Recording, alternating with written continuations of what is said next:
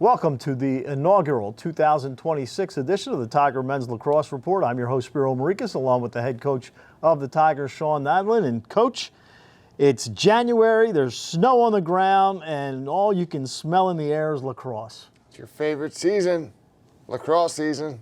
Snowbanks, white everywhere. I know you love it. Oh, it's great.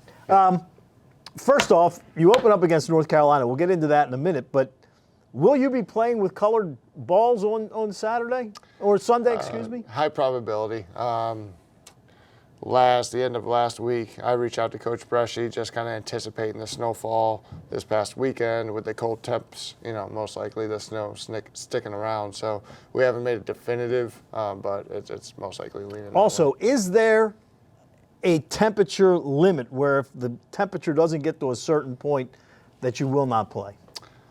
Probably. I don't know exactly what that is. Maybe minus 60 degrees, something like that. But yeah, there's definitely policies in place. I'd have to look into the weeds with that. But there's definitely protocol in regards to if it is a certain feel in regards to temperature and wind chill, all that. Players, if we are playing the game, would have to go in and maybe rewarm more than just a halftime or an elongated halftime, something to that extent. All right.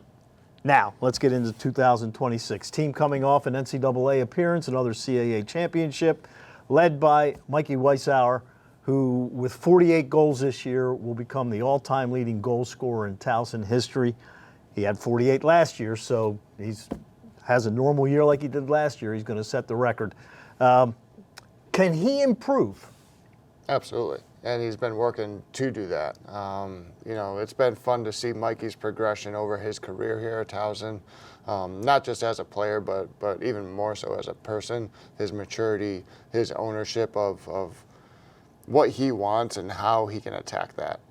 That's been really the fun part for us as a coaching staff, is to see him, take much more ownership of his life and how that translates to what he wants to do on the lacrosse field for Towson. And there's really nothing more gratifying, to a coach than to see a young man achieving his goals and achieving what, they set out to do. Now, somebody you do get back is Joaquin Villagomez, who missed last year due to injury. He's back. He's a big goal scorer for you, so your attack looks pretty impressive on paper. Yeah, Joaquin definitely had a strong showing his first couple of years. Missed him last year, but he's come back, with an emphasis to obviously reassert himself back into our offense. You feel him out there, right? You can't miss him. He blocks out the sun, at times. He's a big boy. And then he's learning how to really use his size, to his advantage, understanding how teams are going to try to mitigate that. Him and Mikey, Mikey being a lefty, Joaquin being a righty, playing both sides of the offense, off each other. It's been a lot of fun to watch. On the midfield, you've got to add some guys in. How is that looking coming out of training camp? Yeah, you lose a guy like Josh Weber. Chop Geller played a ton for us there. A couple fifth-year, first-line guys. But then you're bringing back an Owen Scott, Alex Roussel, Matt Burnham getting into the mix, some freshman guys, some younger guys that haven't gotten it. So, as we expected, there hasn't been kind of a clear-cut, line up to this point, like a definitive starting line, but we have a good cast of characters that are, in the mix of our top 8 to 9 guys that, have shown that they can, get on the field and produce for us. On the defensive end, you've got Elijah Smith coming back on close defense, and goalie you have to replace. Has a decision been made there? I know you had a very competitive camp. Yeah, Matt Nyland's done a great job coming back,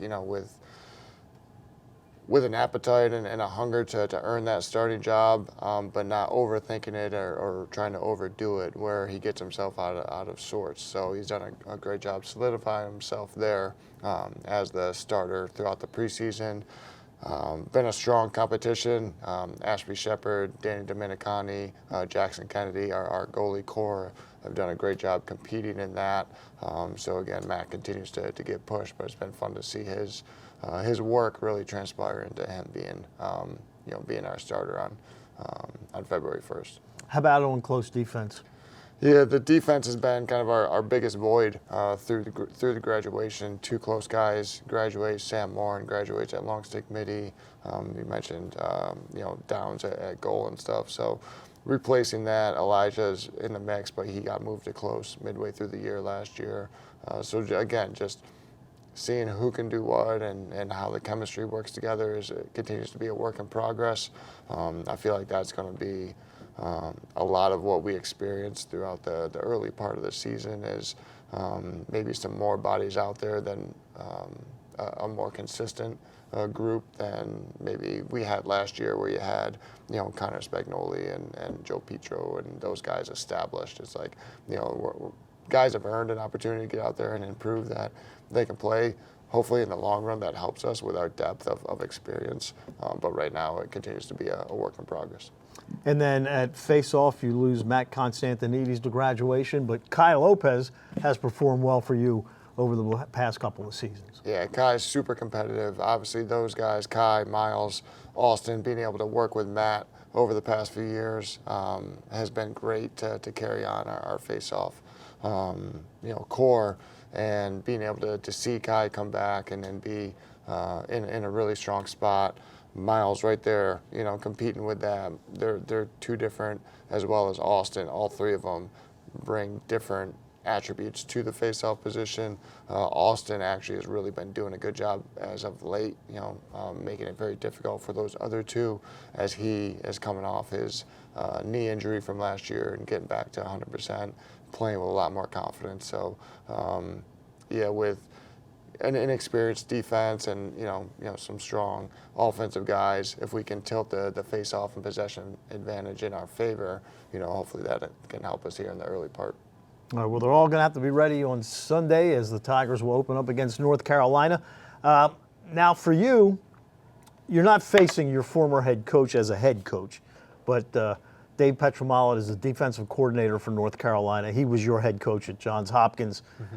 But now you're facing his sons. How does that make you feel? I could say old, and that's definitely one thing for sure. I remember when they were born and that whole process, but it's really neat too. Again, he was able to coach me, when I was their age, and being able to see those young men grow up into being able to play at a high level, and even more so being able to play for their dad, in the UNC program.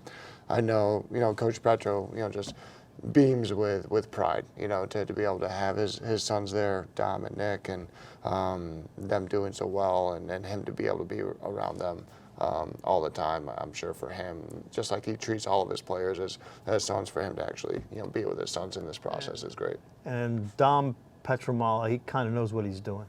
He's, I think he knows what he's doing pretty well. So. How'd this game come about, real quickly, as we wrap it up? We, Coach Bresci and I have been talking over, the past few years, actually, trying to find something that maybe worked. With the opportunity to have more games on the schedule this spring, kind of start time moving up a little bit.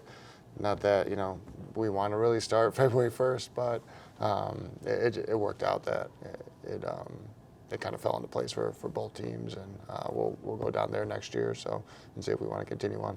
All right, so the Tigers and the Tar Heels, rematch of the 1991 championship game, Sunday at noon at Johnny Unitas Stadium. Glenn Smith and I will have the call for you on Monumental Sports. As a matter of fact, all our home games this year on Monumental Sports, so we appreciate them, and it'll be a lot of fun. So for the head coach of the Tigers, Sean Nadlin, I'm Spiro Marikas. Thanks for tuning in, and we'll talk to you next week.